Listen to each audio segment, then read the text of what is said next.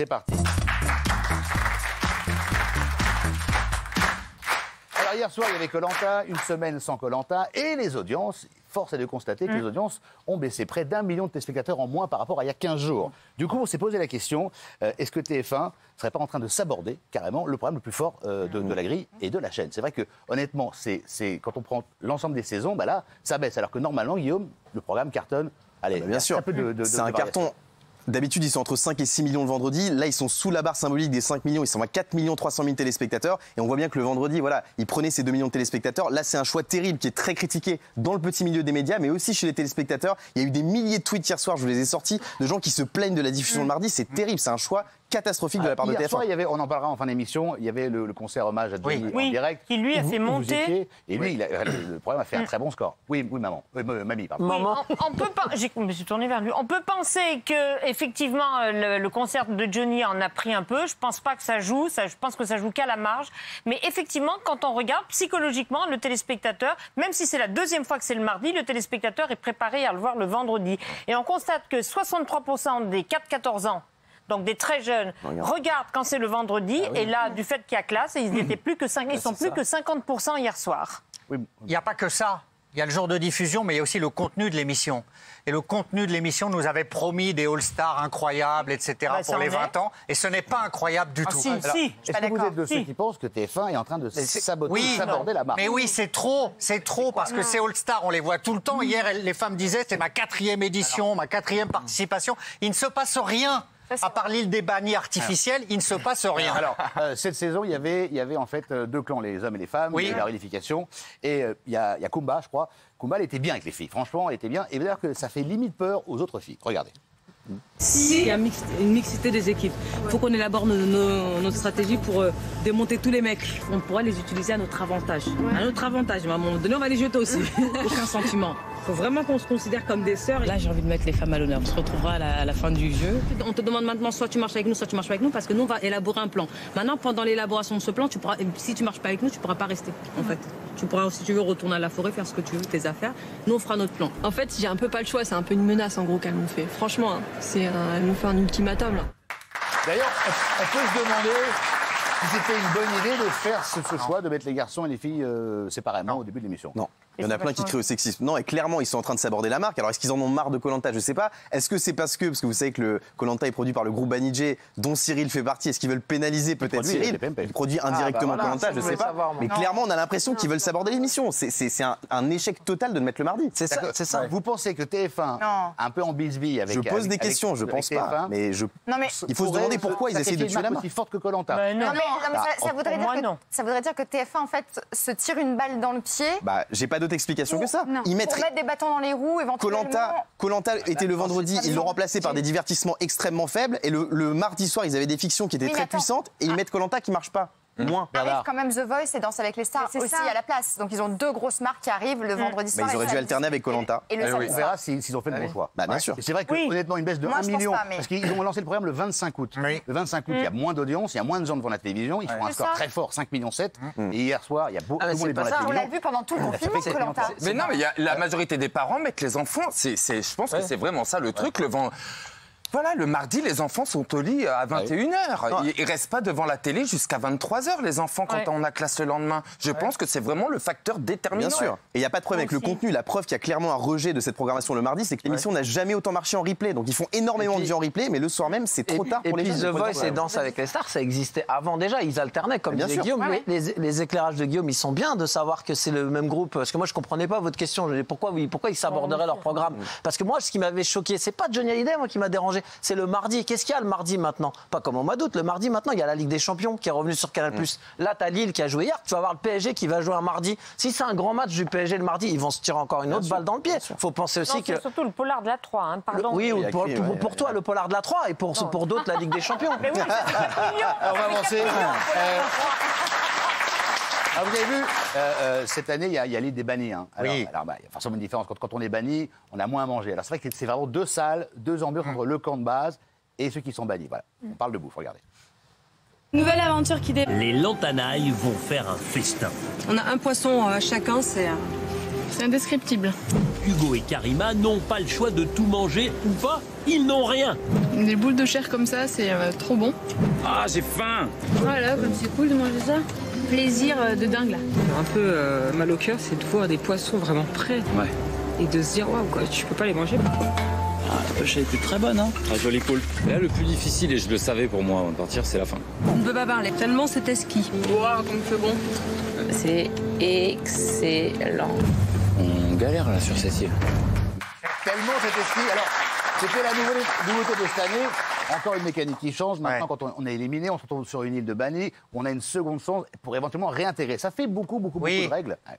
Oui, ça marche pas parce que du coup, il n'y a pas d'enjeu. En fait, vous n'êtes pas vraiment éliminé. Vous avez une chance de vous rattraper, donc ils font planer un suspense.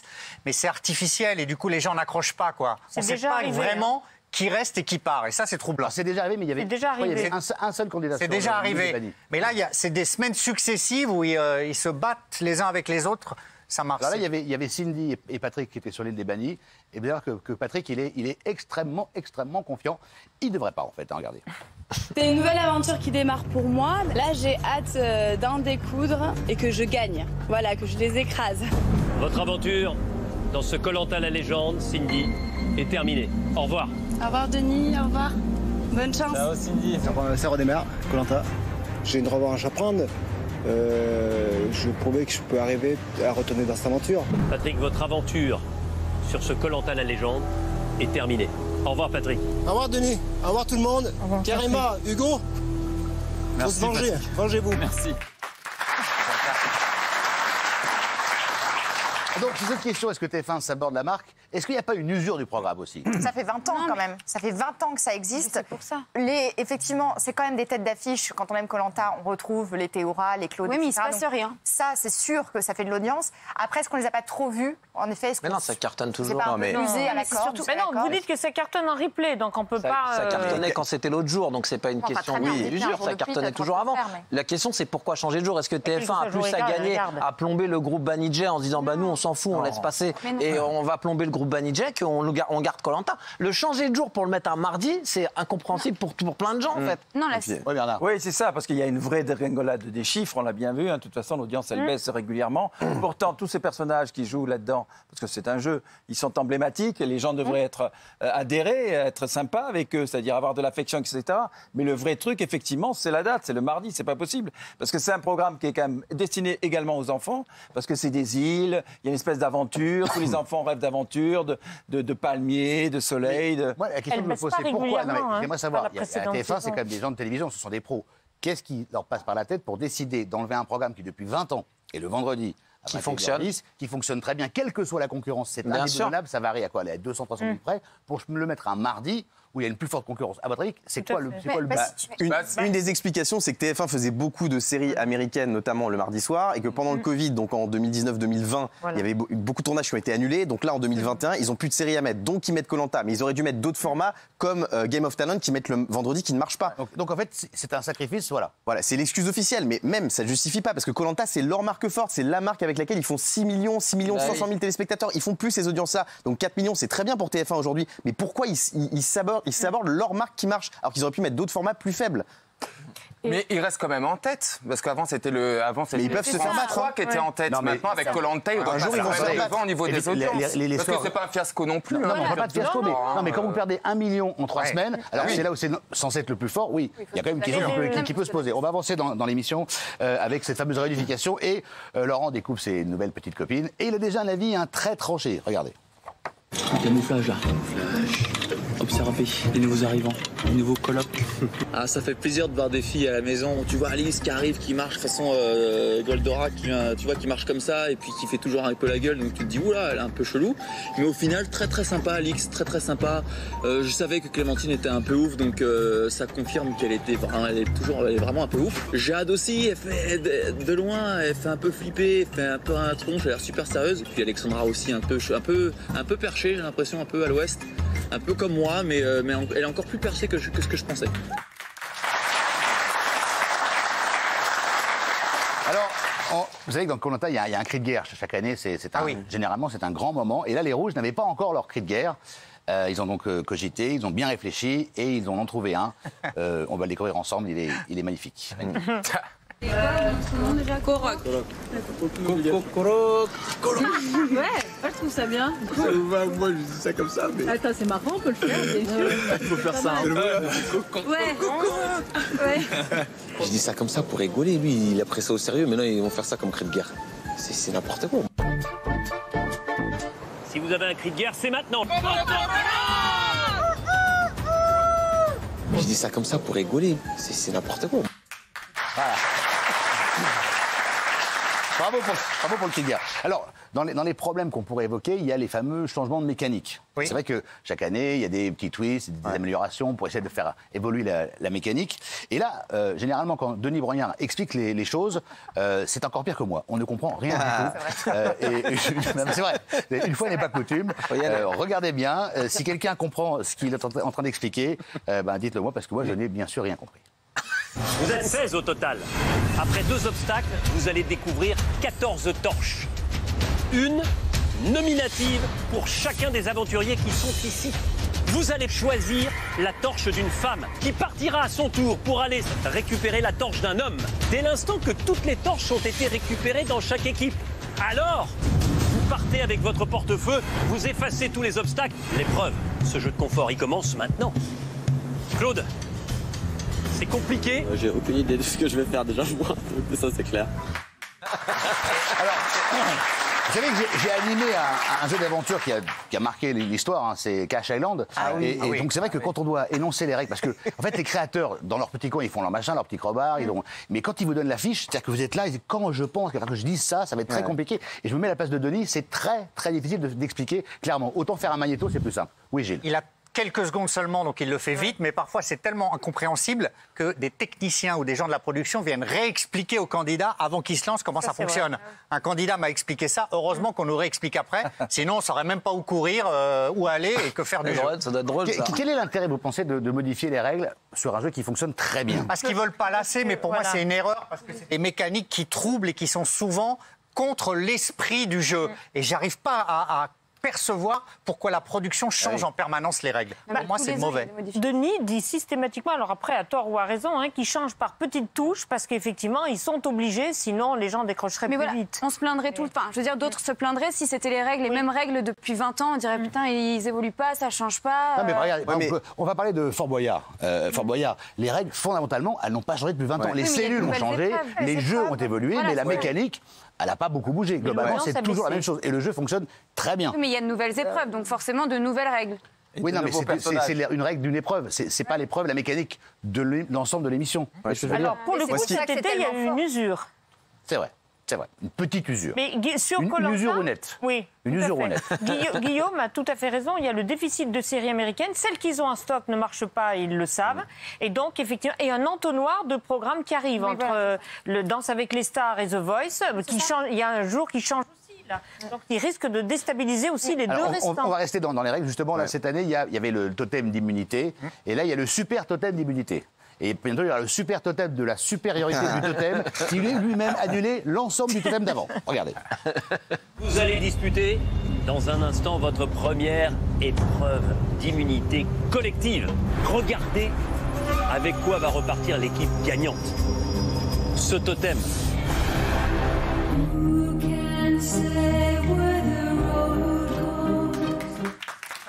C'est évidemment une vanne. Oui.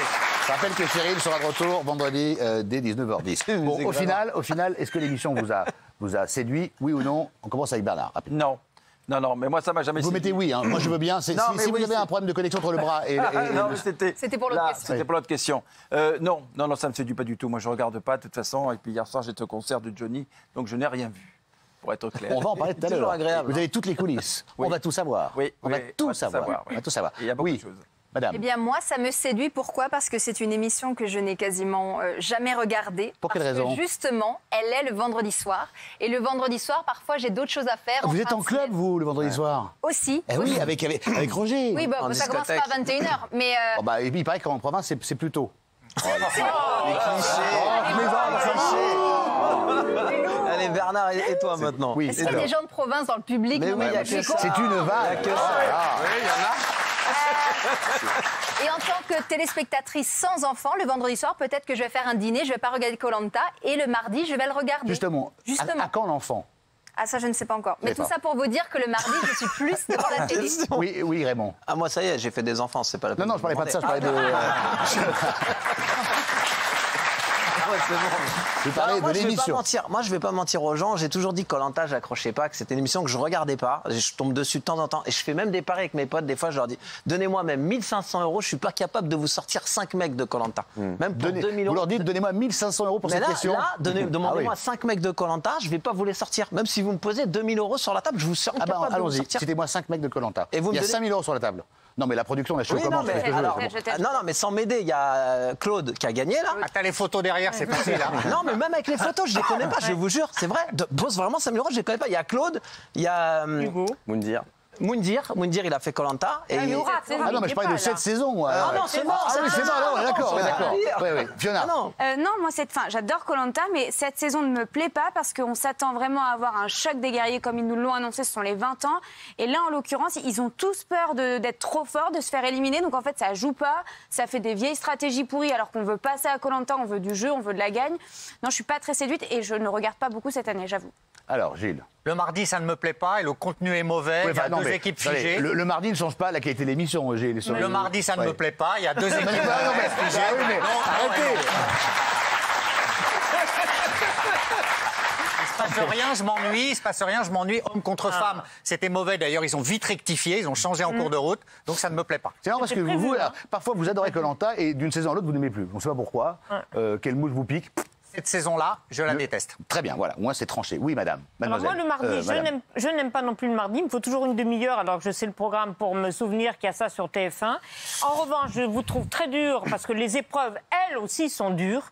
Et que, honnêtement, eux, peut-être qu'ils jouent à la prudence, mais honnêtement, ça se laisse regarder et c'est costaud physiquement, hein, contrairement à ce que vous dites. Donc oui, moi, je pense que le programme n'a pas d'usure. Oui, moi, c'est un programme que j'affectionne. Moi, je suis fan de Koh-Lanta, je regarde depuis des années. Cette année, je regrette qu'il n'y ait pas mon chouchou, parce que moi, mon super-héros, c'était Grégoire. Grégoire, mais il était Raymond, pas... Grégoire. Toi, plus moi. C'est pas celui-là. C'est celui qui avait des mocassins, non? Non, pas du tout. Dylan, non, ça c'était Dylan. Non, c'était il connaît bien. Il avait gagné, je crois. Dylan, je sais même pas la tête qu'il a. Dylan, c'est pas Bob. Dylan. Mais ça reste quand même un super programme. Et puis pour les gens, c'est super pour voyager, ne serait-ce que pour ça, pour aller voir le monde. Ça reste fantastique. On découvre des paysages incroyables. Enfin, moi, la même chose. Une forêt et de l'eau. C'est uni les trois palmiers. D'ailleurs, attendez, ça fait 2 fois que c'est à Tahiti. Ça va pas changer un petit peu. Juste parenthèse. Ça fait 2 fois que c'est à Tahiti. Ils vont rester là-bas tout le temps? Bah oui, avec le Covid. En fait, c'est avec le Covid, comme c'est considéré comme un territoire français, c'est un territoire français. C'est pas un territoire français, c'est français. C'est un territoire français. C'est la Polynésie française.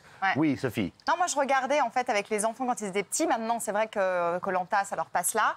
Mais si je tombe dessus, par exemple hier, je voulais regarder le concert de Johnny. J'ai trouvé ça tellement nul que j'ai zappé sur TF1. Donc, vous avez dit quoi? Le concert de Johnny. Vous avez dit quoi juste après le concert de Johnny? J'ai trouvé ça tellement nul que j'ai zappé sur TF1.